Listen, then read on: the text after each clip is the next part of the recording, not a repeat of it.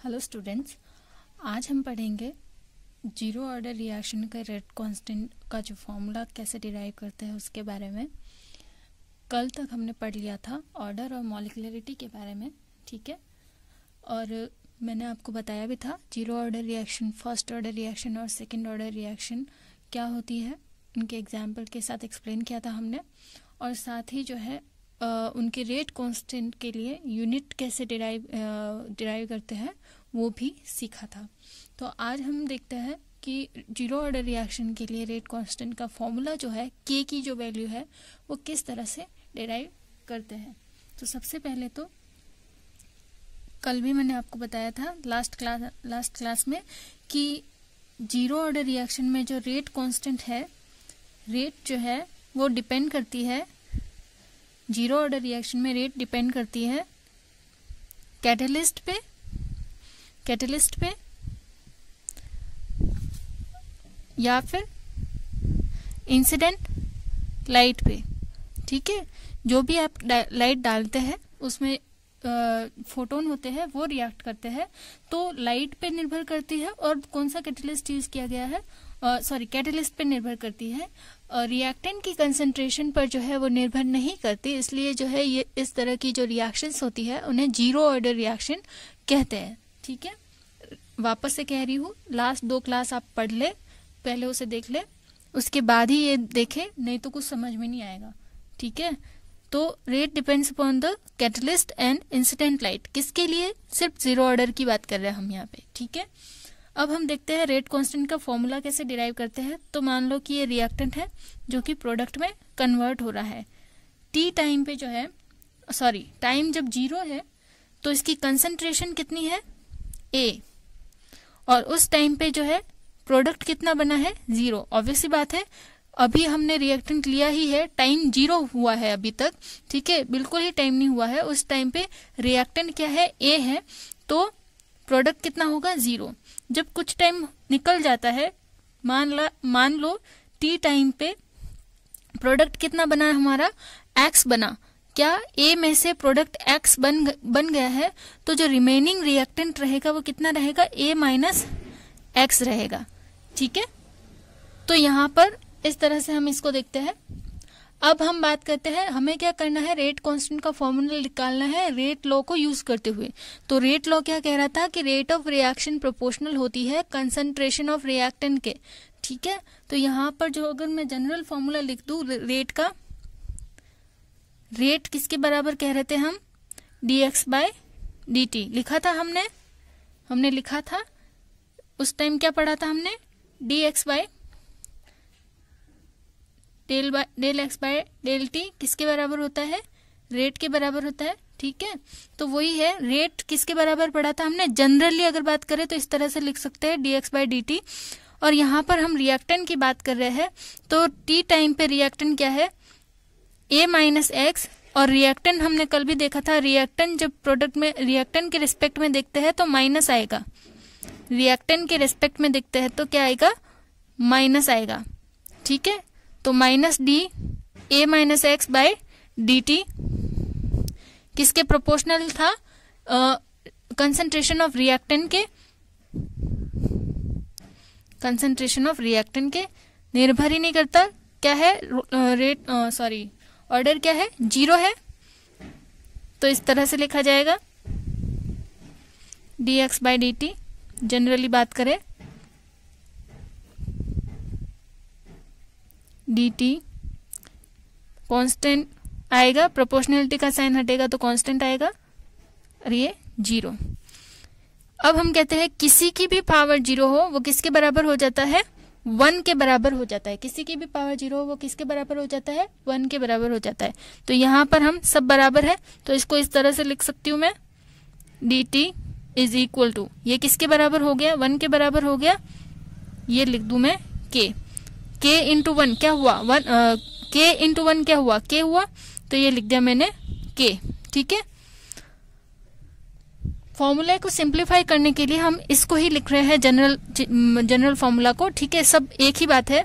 तो इसको इस तरह से लिखा है dx, ये dt इधर चला गया, ओके। अब बात करते हैं क्या करेंगे, अब इंटीग्रेशन लेंगे। क्या करेंगे, इंटीग्रेशन लेंगे 0 से x और ये 0 से t। ओके, क्या 0 से x लेंगे और 0 से t लेंगे, ठीक है। तो ये हो जाएगा x, ओके, और ये हो जाएगा k को इंटीग्रेशन से बाहर रखेंगे। क्यों, क्योंकि k कांस्टेंट है यहाँ पे, तो k इंटीग्रेशन से बाहर रहेगा, ठीक है। इस तरह से ये लिख देंगे अभी फाइनल माइनस इनिशियल, और ये फाइनल माइनस इनिशियल, ठीक है। तो ये x में से 0 गया, कितना आया 0, सॉरी x, और ये k t में से 0 गया t। तो फाइनल फॉर्मूला क्या आ गया हमारा, x is equal to k t, ठीक है। क्या आ गया, x इज इक्वल टू के टी, और इंटीग्रेशन का साइन जब हटेगा, सॉरी यहां से इंटीग्रेशन ले लेंगे, इंटीग्रेशन का साइन जब हटेगा तो क्या आ जाएगा, c आ जाएगा, ये c आ जाएगा, ये c आ जाएगा। तो फाइनल फॉर्मूला क्या हो गया हमारा, x इज इक्वल टू के टी प्लस c, ठीक है।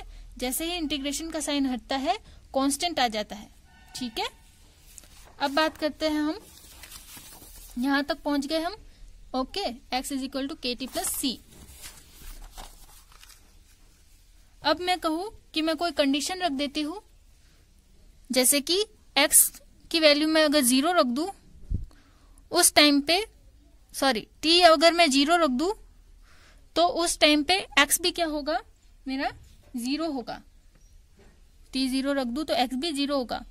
तो ये किस में रखूंगी मैं, इस वाले फॉर्मूले में, ठीक है। x की वैल्यू क्या रख दूं, 0। ये कोई कंडीशन लगाई है हमने, ये कंडीशन है कि t 0 हो, टाइम 0 हो, तो प्रोडक्ट भी क्या होता है 0। k इंटू टी की वैल्यू क्या 0 प्लस c, ओके। तो ये क्या हो जाएगा, 0 इंटू के क्या हो जाएगा 0 प्लस c, तो ये हो गया हमारा 0, इस तरह से लिख सकते हैं, ठीक है। तो c की वैल्यू क्या आई 0। अब इस c की वैल्यू को किस में पुट कर दूंगी मैं, इसमें, ठीक है, इस इक्वेशन में पुट कर दूंगी। तो ये x इज इक्वल टू के टी प्लस 0, तो आप लिख सकते हैं x इज इक्वल टू के टी, ओके। और हम ये सब क्यों कर रहे हैं, रेट कांस्टेंट का फॉर्मूला डिराइव करने के लिए, 0 ऑर्डर। तो रेट कांस्टेंट क्या है, k है, तो यहां से आप फॉर्मूला डिराइव कर लो, k रहेगा, और ये मल्टीप्लिकेशन में उधर जाएगा तो अपॉन में आ जाएगा। तो 0 ऑर्डर रिएक्शन के लिए रेट कांस्टेंट का फॉर्मूला क्या हो गया, x बाय टी, ठीक है। नेक्स्ट पढ़ रहे हैं हम half life for 0 order reaction, या फिर हम कहेंगे अर्ध आयु, ओके। तो अर्ध आयु में क्या होता है कि कोई भी रेडियो एक्टिव कंपाउंड होता है, ठीक है, वो रेडियो एक्टिव कंपाउंड की जो इनिशियल कंसंट्रेशन होती है वो उसकी आधी रह जाती है।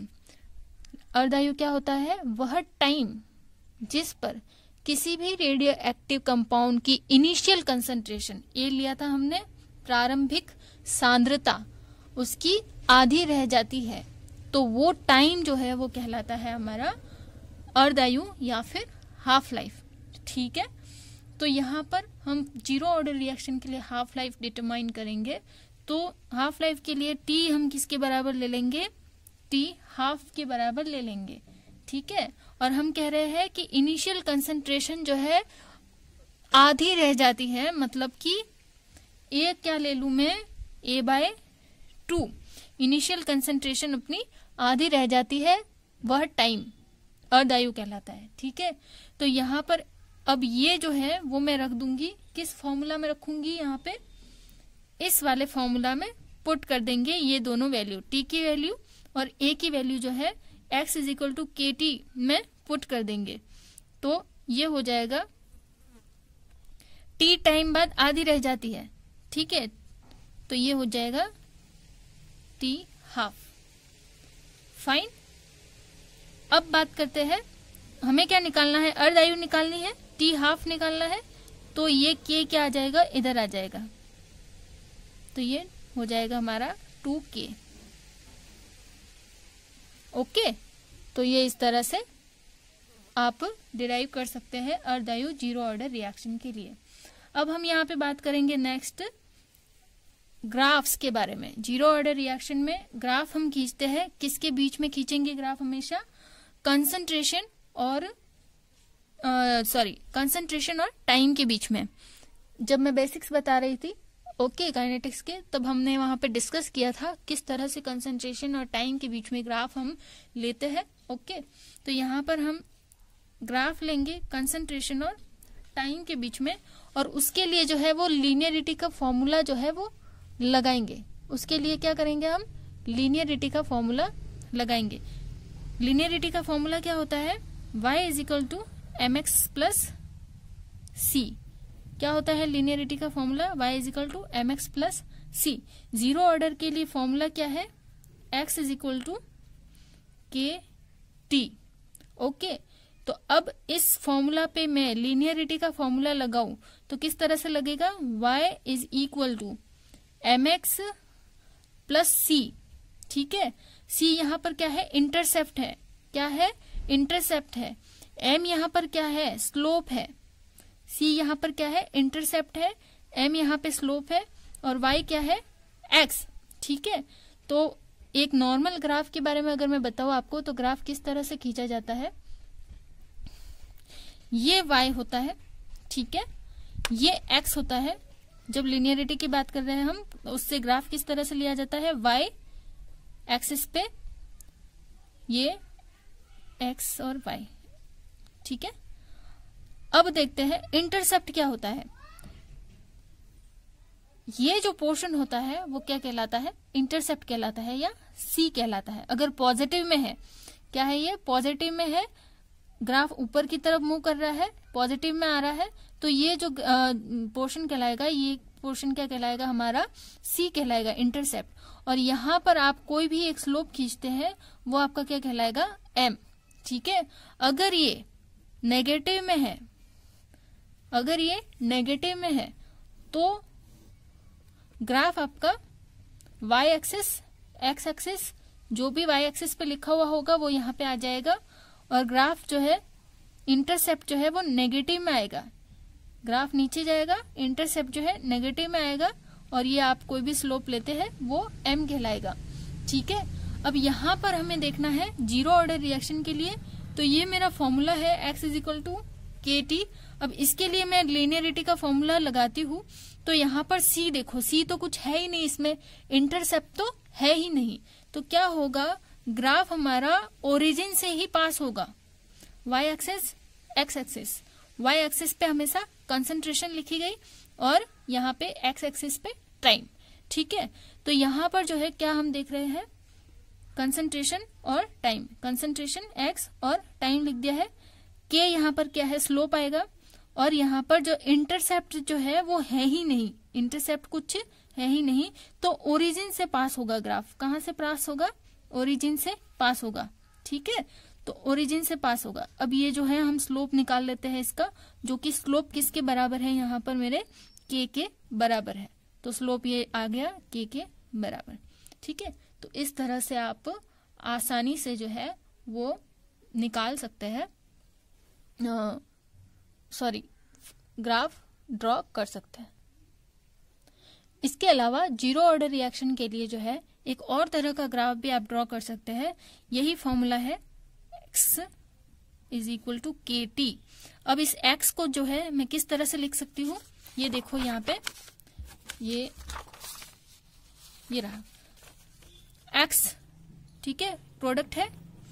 अब x किसके बराबर लिखा जा सकता है, initial concentration, initial concentration time 0 पे लिया था, minus final concentration, t time पे कंसंट्रेशन क्या थी, a माइनस x थी। इनिशियल कंसंट्रेशन में से फाइनल कंसंट्रेशन में निकाल दूं तो पीछे क्या बचता है, मेरा प्रोडक्ट बचता है, यहाँ पर x बचता है। ठीक है, तो वो लिख सकते हैं इस तरह से। अब ये कोष्टक यहाँ से खोल देते हैं, ये माइनस माइनस क्या हो जाएगा, प्लस ये KT। ओके, तो इस तरह से लिखा जा सकता है इसको। फाइन, x आ जाएगा KT, पर इसको मैं ये ना लिख करके क्या करूं, ये सीधा मैं इक्वल टू KT, सीधा मैं क्या करूं, इस माइनस वाले पोर्शन को उधर ले जाऊं और इस KT को मैं इधर ले आऊं। तो क्या हो जाएगा, KT जब इधर आ जाएगा तो माइनस KT हो जाएगा, और ये जो है उधर चला जाएगा तो A माइनस एक्स हो जाएगा। ओके, अब हम आसानी से यहाँ पे लीनियरिटी का फॉर्मूला रख सकते हैं। कैसे, y इज इक्वल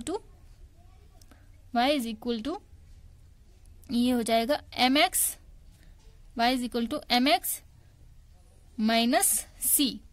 ठीक है, माइनस का साइन है तो माइनस c, प्लस का होता तो प्लस c। ठीक है, y एक्सिस पे क्या है हमारे, ये हमारी y एक्सिस और ये x axis. Okay, y axis पे क्या है यहाँ पे a माइनस एक्स कंसेंट्रेशन, और x एक्सिस पे क्या है टाइम। स्लोप क्या आ रहा है, नेगेटिव में आ रहा है। ये स्लोप देखो, स्लोप क्या आ रहा है, नेगेटिव में आ रहा है, मतलब कि ग्राफ क्या होगा, डिक्रीज होगा। ठीक है, और ये c जो है हमारा इंटरसेप्ट, ये c जो है वो किसके बराबर है, a के बराबर। ओके, और ये जो है ग्राफ आ गया आपके k के बराबर। ओके, तो इस तरह से स्लोप आ गया माइनस k के बराबर। ठीक है, तो इस तरह से आप जीरो ऑर्डर रिएक्शन के लिए फॉर्मूला जो है ग्राफ जो है वो लिख सकते हैं। ओके, वैसे तो मैंने जीरो ऑर्डर रिएक्शन के लिए आपको बता ही दिया था, एग्जाम्पल्स वो जरूर लिखना है यहाँ पे साथ में। ठीक है, इसके अलावा जो है जो हैबर प्रोसेस होता है आपका, लिखा था हमने लास्ट क्लास में भी लिखा था, जो हैबर प्रोसेस होता है वो भी जो है वो क्या होता है, जीरो ऑर्डर रिएक्शन को फॉलो करता है, क्योंकि उसमें जो है कैटलिस्ट यूज होता है। साथ ही इथीन के जो है हाइड्रोजनेशन में भी क्योंकि कैटलिस्ट यूज होता है, तो वो भी क्या होगी, जीरो ऑर्डर रिएक्शन होगी। ठीक है, यहाँ से एक बॉन्ड टूटेगा, यहाँ जाएगा, और ये एक हाइड्रोजन यहाँ पर लग जाएगा। क्या हो रहा है, कैटलिस्ट यूज हो रहा है, इसलिए ये भी जो है वो जीरो ऑर्डर रिएक्शन होगी। ठीक है, तो ये थी आपकी जीरो ऑर्डर रिएक्शन के लिए किस तरह से हम रेट कांस्टेंट का फॉर्मूला डिराइव कर सकते हैं, कुछ एग्जाम्पल, और ग्राफ किस तरह से जो है वो ड्रॉ करते हैं जीरो ऑर्डर रिएक्शन के लिए, और साथ ही half life zero order reaction के लिए किस तरह से निकाली जाती है, वो सारा आप यहाँ पे सीखा है। ठीक है।